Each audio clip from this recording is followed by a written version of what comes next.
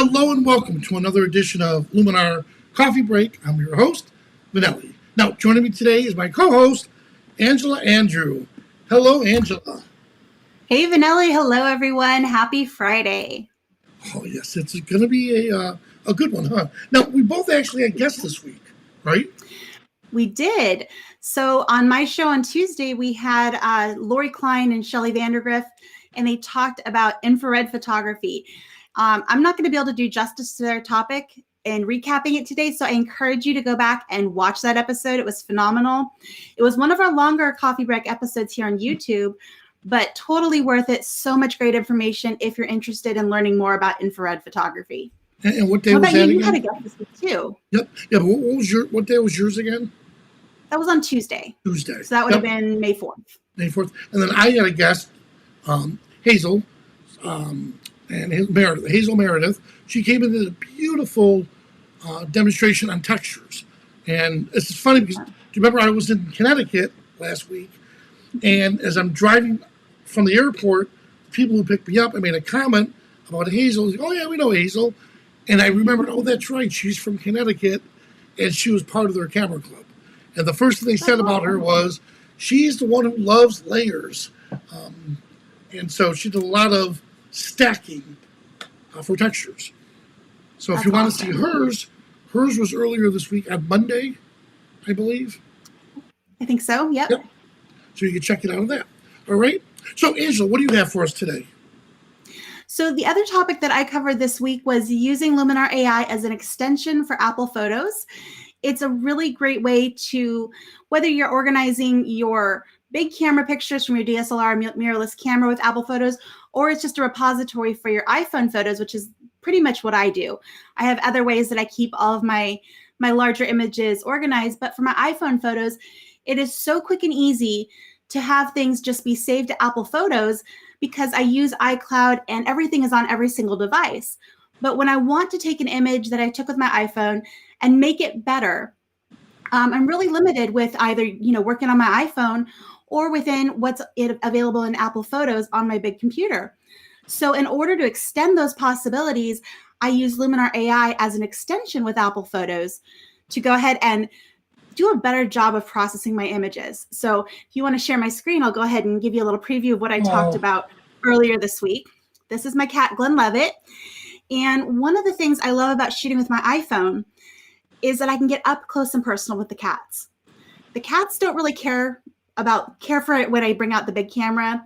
It's just too big and imposing, and at best they walk away. Like it's not their thing to have the camera in their face. And to get a picture like this, I would have to be so close, maybe go pull out the macro lens and get an image like this with a big camera. But with my iPhone, I was just sitting next to him on the sofa, and I caught him looking at me like this, and I was able to get in there close with my iPhone and get an image that I probably would have never gotten with the big camera. So having these images, even if they're slightly lower quality because they came from a small sensor iPhone, they're still really precious to me, and it's still, to me, a beautiful picture. So I wanted to make it better. I used Luminar AI here inside of Apple Photos. So to do that, I went to Edit, and let me go ahead and just show you here the original. There's what it looked like straight out of the camera.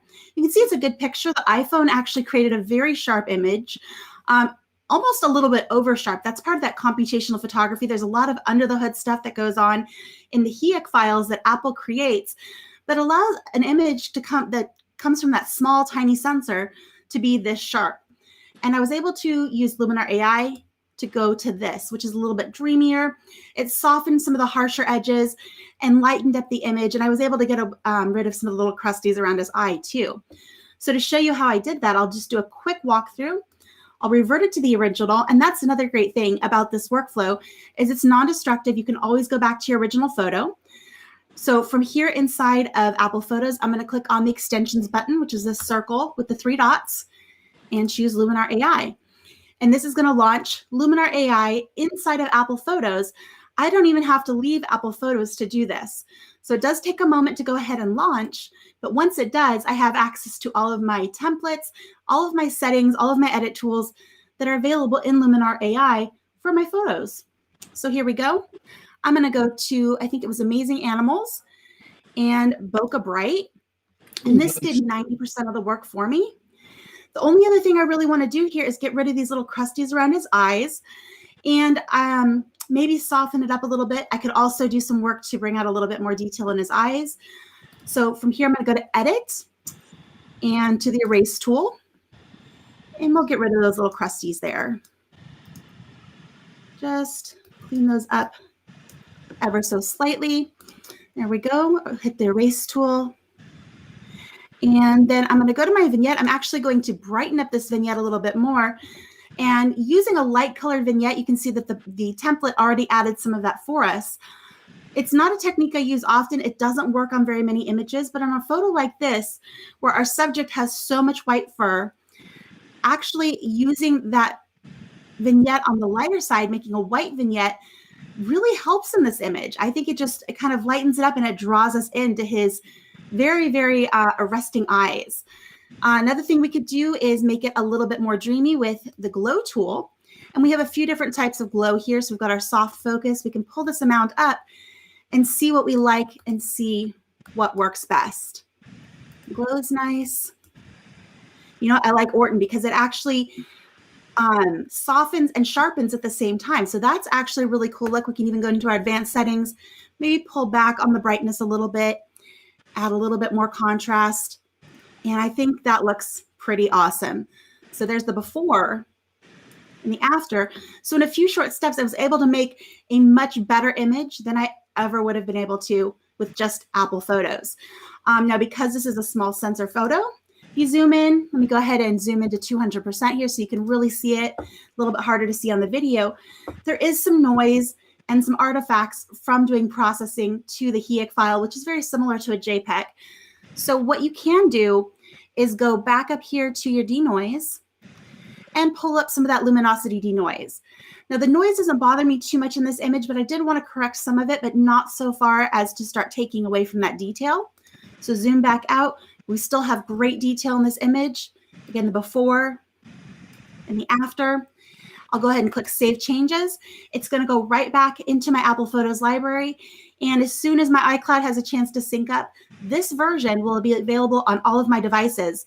So now this is the version that I can look at on my iPhone. I can look at it on my iPad. It's so nice to be able to have all of these precious images so easily available, but the extra tools in Luminar AI to make them that much better. What do you think, Vanelli? Well, that's awesome. I really liked it. No, I'm not going to switch over to Mac just because of that, but I do like it. And while you were doing all that, I was about to sneak into Windows and see if Windows Photos, which I doubt has it built right in, but that'd be interesting. Because well, so actually, quick question for you on that. Is there a Windows version of Apple Photos, or is it just the iCloud Photos? The iCloud Photos. Sure, or iCloud. Okay, I did look into that last week because somebody was asking on Insiders that same question. So I did a bit of research, and unfortunately, you can't use plugins or extensions with that. It's just it's more of a mechanism to get them to your computer, so you can then take them into other editing software, but there's not a way to do the built-in extension like this. Yeah, I mean, it's part of the Mac. And actually, was that part of Aperture originally or no? I'm not sure. I never actually used Aperture. I ended up being a Lightroom user because when Lightroom and Aperture first came out, my husband actually bought me Aperture it was anniversary or birthday or something like that. And it turned out my computer was too old to run it, but Lightroom would work on my computer. So I became a Lightroom user. Well, so that's going to tie into what we're going to do today is we just get done with a photo shoot. Now what? And earlier in the week I did this and I'm glad one of the viewers chimed in and said, well, you're 16 minutes into this and all you're showing is how to organize your photos. Well, yeah, that was the whole purpose of this. Now, for those that don't know it, Mac discontinued Aperture. So imagine Lightroom users, if Adobe said, bye-bye, these poor Mac users panicked. Here's the thing. If you organize your images on your system the way you want to be organized, then it doesn't matter what software you're using. It'll carry over to it. And I'm going to show you how we do that inside Luminar. All right? So here's my beautiful little cousin, Angelique. Now, I'm going to show you how we do the shoot. So envision this. And Angela, you brought this up, which was really cool. You have a choice. You could either put all these images into one catalog or create project-based catalogs, meaning you create a new catalog every time you have a series or a project. If you're a wedding photographer, you may create a catalog based on that wedding. If you're so I wouldn't say portrait photographer. If you're a portrait photographer and you're working with companies, you may make a company-based catalog. So that's entirely up to you. It's a whole philosophy. You have to decide which way you want to go. For now, let's make this a project-based catalog. So what I did was I came over to Luminar, File, Catalog, and then I created a new catalog. All right? I'm going to just show you where I put that catalog. So when I created that new catalog, I'm going to just show you where it is in Explorer. It comes up. Here it is. So I have on my C drive, my fastest drive, I have a folder called Luminar Catalogs. Now, inside Luminar Catalog is where I put all of my catalogs. So if I have to back up my system or I want to find where my catalogs are, I know exactly where they are right here.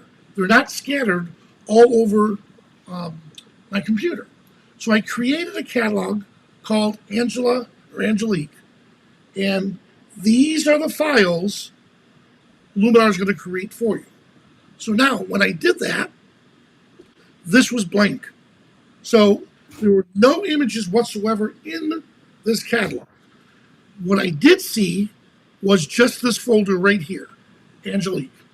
So now what you would do is I would click on the plus icon, add folder. Now, I'm sorry, let me do that. Let me go back again. Right from here, I would right click, import to this folder. Now there's a huge difference between importing to this folder and adding to this folder. When you add, wherever these images are on your hard drive, that's where they're going to be inside that catalog. So if I had it, like right here, I have an SD card in my SD slot.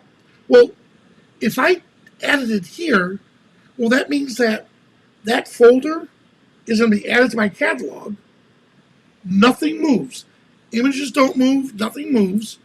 Well, when I unplug it, I lose all access to those images. So instead, we're going to right click and say import to this folder. Then I'm going to browse my system and we'll go to the memory card. Now I have a choice here. I can import all of these folders and subfolders just by selecting select folder, or I could dig a little bit deeper. Let's say DA10.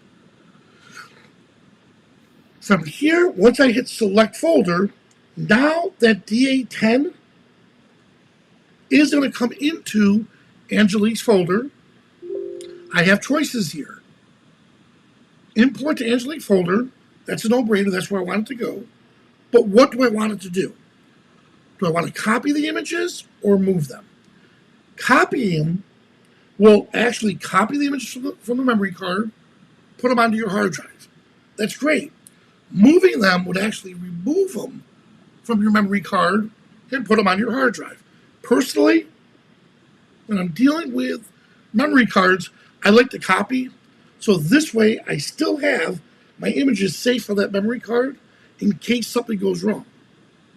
At the end of the night, or at the end of the day, when my images are all backed up, then I'll erase that memory card. Now you have a choice. Would you rather keep the existing file structure, which you saw there, how we had all those folders, or do you want to put them into one folder? In my case, I want this to be in one folder. Now, when do I want to do this? Well, if I were shooting the Badlands. I photographed the Badlands in South Dakota. I was there for 5 days. So, excuse me. So for those 5 days, I have 5 days worth of photos. If I choose separate by year, month, and day, it'll automatically make subfolders for me based on those days. That's awesome. If I didn't do that, then all of them will be clumped into one folder. Once I have all this set, I'll click import, and then the images come in just like this. Now, one thing I forgot to mention, I do like making subfolders here, and you just right click, new subfolder. So let's say Angelique, we do a new photo shoot with Angelique. The date 2021-05, let's say 04. And this was give it a brief description. It was a studio shoot. Well, now I have Angelique's folder. The subfolder has all of those images in there based on that date. This subfolder, I can add more folders to it like we just did. Either right click, import to this folder, or, like I said, come over here and add it if it was somewhere on my hard drive. And now they're separated. All right? So now, Angela, everything I showed right now deals with adding folders or creating folders inside Luminar. Here's the cool part. When I right click on this and say show in Explorer or show in Finder, look at it, look at this. The file structure is identical. So, and we have to make sure we can make this perfectly clear, we're not adding images into Luminar. We're creating a reference point on where those images are. Someone made a comment and said, does that mean we're duplicating the images? Are we bring them into our hard drive, 3,000 images, and then when we do it in Luminar, are we copying those 3,000 images into Luminar, and now we have 6,000 images? No, we're just creating a reference point. So if that's the case, there's another option you can do. So if you don't want to do it using Luminar's tools, you could just come in before the whole shoot starts, or even after the shoot, go to your folder, photography. I'm going to create Angelique like we just did. In fact, before I do, let me just double check. Angelique version 2. So I created Angelique's folder here. Then I create all my subfolders. In fact, I'll even create a new subfolder. Just to show you, 2021, 05, 06. And let's say this was a beach shoot. And then I can do like you normally do. Just go to your memory card here, drag and drop all those images into that particular folder. Now when you return over here back to Luminar, all of this will be reset for you. Look at it right there. See, it is. So it's so cool because it's what you see is what you get. Your folder structure inside Luminar will match your folder structure on your computer. If you change it on your computer, it gets changed in Luminar. You change it in Luminar, it gets changed on your computer, so there's no guesswork. It's not like you have to worry about, oh shoot, did I make that folder in Luminar or on my system? Either way, it plays nice with each other. All right, Angela, did you like that? I did. I mean, I think it's just, being very clear that Luminar doesn't hold your photos, that it just points to your photos. That's one big thing that I've gotten questions on quite often as well. And then, when you move things around on your hard drive, make sure that you have Luminar open when you do that, so Luminar knows where those images went. Because if you move that folder outside of that particular folder structure, Luminar is still going to think to look there, and that's when you're going to get those exclamation points on your images that says, we don't know where to find your stuff. It doesn't mean that it's gone. It just means that you probably moved it and you didn't tell Luminar where it went. Yep, no, So all you have to do at that point is right click on that folder and say locate, go onto your hard drive, find the new location of that folder, and tell Luminar where to find it. It happens pretty often. It's an easy thing to do, and it can be a little scary when you go into Luminar and you find out that images are missing. It's not that they're gone. It's just that they got moved inadvertently, and Luminar didn't know about it. Now the second part to this, Angela, is so we got the images in the computer. Well, that's great. Mm-hmm. So now they're here. Now what? So I'm going to make it real quick. I'm looking at Angelique, and let's see if I already did it. Favorites? Nope, I didn't select favorites. I thought I did. Let's see. Nope. Well, we'll do it quick then. So here's Angelique. I'm going to look through, and let's say I like certain images here. I told her it was a bee or a spider. Oh gosh. Yeah, I know. Could you imagine? So she's my little cousin, so I can play and have fun with her too, and mess with her. Good. Let's see. All right. So let's just say I went through. What I would normally do is I personally, Angela, I shoot typically in sets of 3 to 6. So if you notice, they look very similar. Mm-hmm. Shots. I'll take a series of images, and then like once I change it up, like these are all the same. Once I change it up, then I reselect. I like this one here and here. Okay, great. So now I have my images, and these are the favorites. Holding down Control or Command A, I select all of them. Now I made an album called Selects, just by clicking this plus icon here. I'll drag these images over to Select, and now look at this. Instead of having to deal with 48 images, I could just look at 9. And then I can decide, of these 9, which one do I want to edit? Let's say this is the one. And by the way, down here, I kept my, right over here, view. I turned my film strip on. So this way, view, film strip. Now, instead of me having to go back to the grid view here, I can stay in the edit panel or the templates, and from here, I can just select one of these as I make my changes. I'll do this real quick. I created a quick starting point. So I created a quick starting point template. Once it pops up, before, after, look what it's doing to her eyes and her skin. I'm sure she has beautiful skin. Look at that. I can create one of my signature looks from here, or let's say we want to make it black and white. Black and white's always going to look good. So once I create it, there it comes. It's thinking. Then what I can do is copy, once it comes up, copy this black. Oh, look at that. I can copy this black and white adjustment. And then when I select another image, I can just paste it onto this one here. And now I'm done. So what normally would take a couple hours to cull through the images, select your favorites, make individual changes all the way through, you should do this in about 15 to 20 minutes.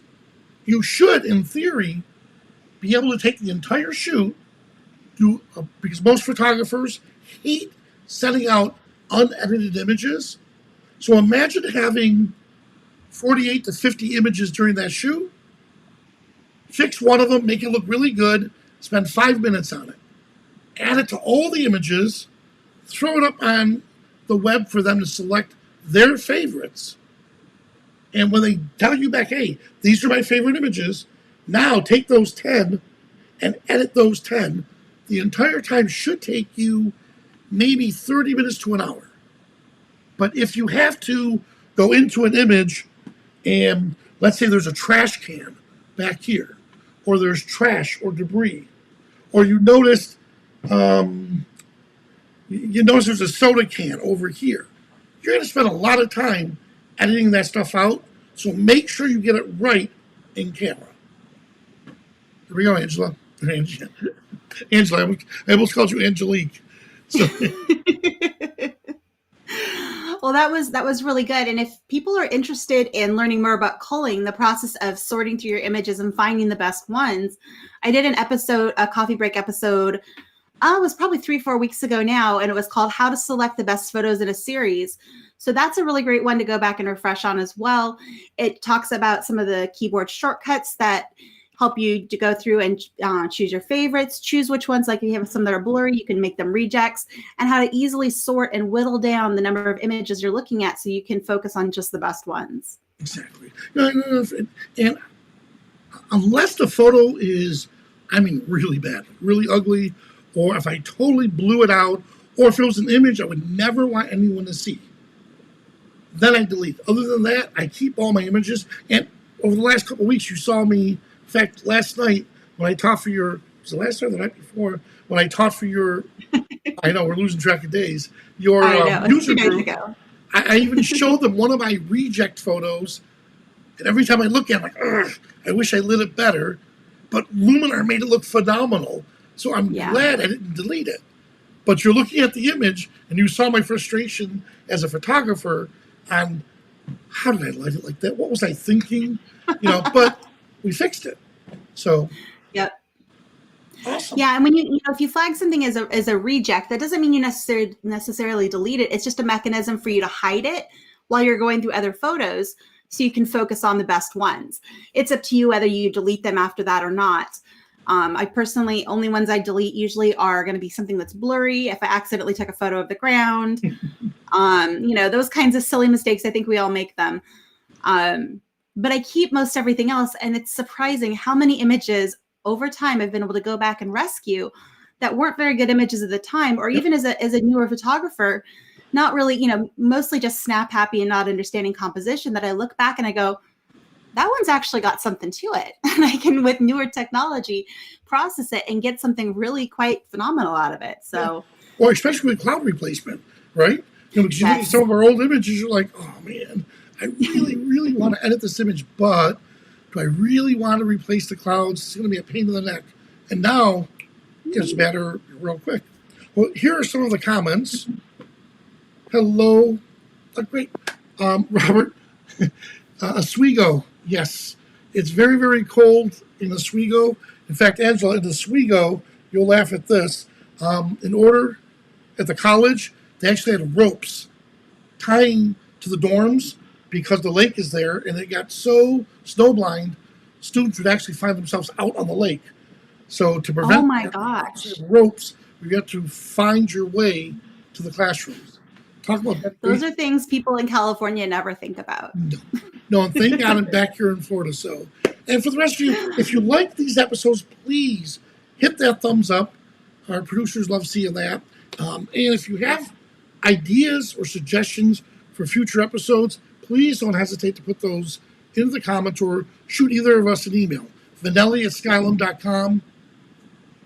And Angela at Skylum.com. Good, and we'll try to reply as soon as we can. All right? Yep. All right, do you have anything else to say, Angela? Nope, I just want to wish everybody a great weekend, and thank you for spending a little bit of your day with us. Awesome. Well, guys, hey, thank you so much for joining us, and we'll see you at the next coffee break.